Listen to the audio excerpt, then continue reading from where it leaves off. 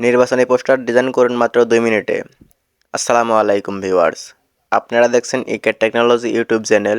আমি মনে আপনাদের সাথে আজকের ভিডিওতে আপনাদের দেখাবো আপনারা কিভাবে আপনার হাতে থাকা স্মার্টফোন দিয়ে মাত্র 2 মিনিটেই যে কোনো ধরনের নির্বাচনী পোস্টার ডিজাইন করবেন।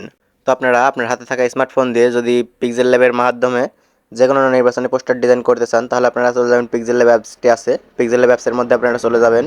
পিক্সেল ল্যাব আসার পরে এটা আমরা এখান থেকে ক্যান্সেল করে দিচ্ছি। ক্যান্সেল করে দেওয়ার পর আমরা ডেসক্রিপশন বক্সে একটি লিঙ্ক দিয়ে দিব, যে পিএলপি দিয়ে আমরা কাজ করব সেই পিএলপিটির লিঙ্ক আমরা ভিডিওর ডেসক্রিপশন বক্সে দিয়ে দিব। সেখান থেকে আপনারা সেই পিএলপিটি ডাউনলোড করে নেবেন এবং সেই পিএলপিটি কাস্টমাইজ করে নিজের নামে করে নিতে পারবেন।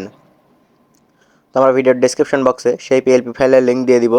অবশ্যই আমাদের টেলিগ্রাম চ্যানেল থেকে সেই পিএলপি ফাইলটি ডাউনলোড করে নেবেন। আর এটা আমরা জিপ ফাইল আকারে দিব, এটা আপনারা আনজিপ করে নেবেন। এবং আপনারা যদি আনজিপ না করতে পারেন, তাহলে আমাদের একটি ভিডিও আছে, সেটা আপনারা দেখে নিতে পারেন এবং সেই ভিডিওটি দেখে আপনারা আনজিপ করে নিতে পারেন। তো আনজিপ করা শেষ হলে এখান থেকে দেখতে পাচ্ছেন উপরে 3 ডট আছে, আপনারা সিম্পলি 3 ডটে ক্লিক করবেন।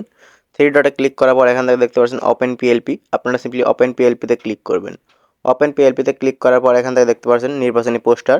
আপনারা যদি এখানে না পান, তাহলে এখান থেকে দেখতে পাচ্ছেন পিএলপি লেখা আছে, আপনারা সিম্পলি পিএলপিতে ক্লিক করবেন। পিএলপিতে ক্লিক করার পর একটু নিচে গেলে এখান থেকে দেখতে পারবেন নির্বাচনী পোস্টার লেখা আছে, আপনারা সিম্পলি ওপেন করে নেবেন। আমরা এটা ব্যাক করে আমরা আমাদের পোস্টার যেটা আছে সেটা আমরা এখানে ওপেন করে নিচ্ছি। এটা আপনাদের এই পিএলপিটি আপনাদের দিয়ে দিব, এটা আমরা এখন ওপেন করে নিচ্ছি। দেখতে পাচ্ছেন এটা আমাদের ওপেন হয়ে গেছে। সেম এই পিএলপিটি আপনারা পেয়ে যাবেন আমাদের টেলিগ্রাম চ্যানেলে, সেখান থেকে আপনারা ডাউনলোড করে নেবেন।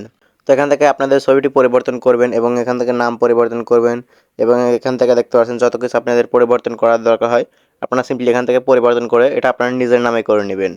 তো ছবি চেঞ্জ করাটি আপনাদের দেখিয়ে দিচ্ছি। তো আপনারা এখানে দেখতে পাচ্ছেন প্লাস আইকন আছে, আপনারা সিম্পলি প্লাস আইকনে ক্লিক করবেন। প্লাস আইকনে ক্লিক করার পর এখান থেকে দেখতে পাচ্ছেন ফ্রম গ্যালারি, আপনারা সিম্পলি ফ্রম গ্যালারিতে ক্লিক করবেন। ফ্রম গ্যালারিতে ক্লিক করার পর এখানে আপনাদের যে ফোল্ডারটি ওপেন করা ছিল আগে, সেই ফোল্ডারটি এখানে ওপেন হবে। আপনাদের যে ফোল্ডারে ফটো আছে সেই ফোল্ডারটি আপনারা খুঁজে বের করবেন।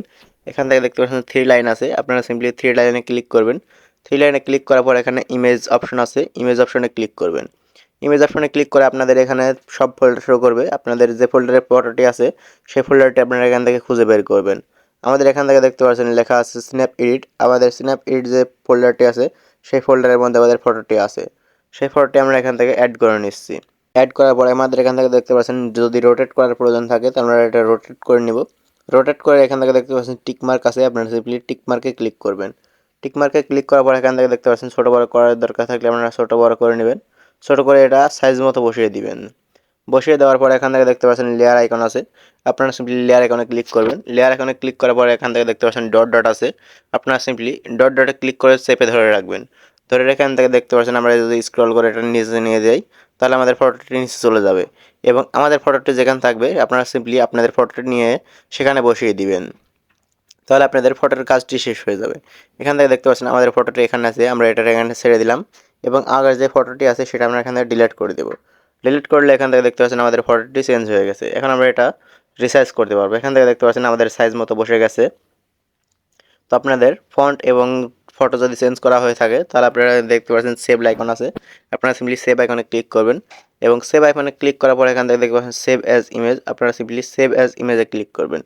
সেভ অ্যাজ ইমেজে ক্লিক করার পরে এখান থেকে দেখতে পাচ্ছেন তীর আইকন আছে, আপনারা সিম্পলি তীর আইকনে ক্লিক করবেন এবং এখান থেকে আপনারা অবশ্যই আলট্রাতে সেভ করবেন।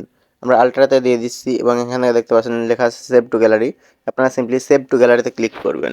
সেভ টু গ্যালারিতে ক্লিক করলে এটা এই ফটোটি আপনাদের গ্যালারিতে সেভ হয়ে যাবে। তো আজকের মতো ভিডিও এখানে শেষ করছি। ভিডিও ভালো লাগলে অবশ্যই লাইক, কমেন্ট, শেয়ার, সাবস্ক্রাইব করে পাশে থাকবেন। দেখা হবে পরবর্তী অন্য কোনো ভিডিওতে। আজকের মতো এখানে বিদায় নিচ্ছি। আল্লাহ হাফেজ।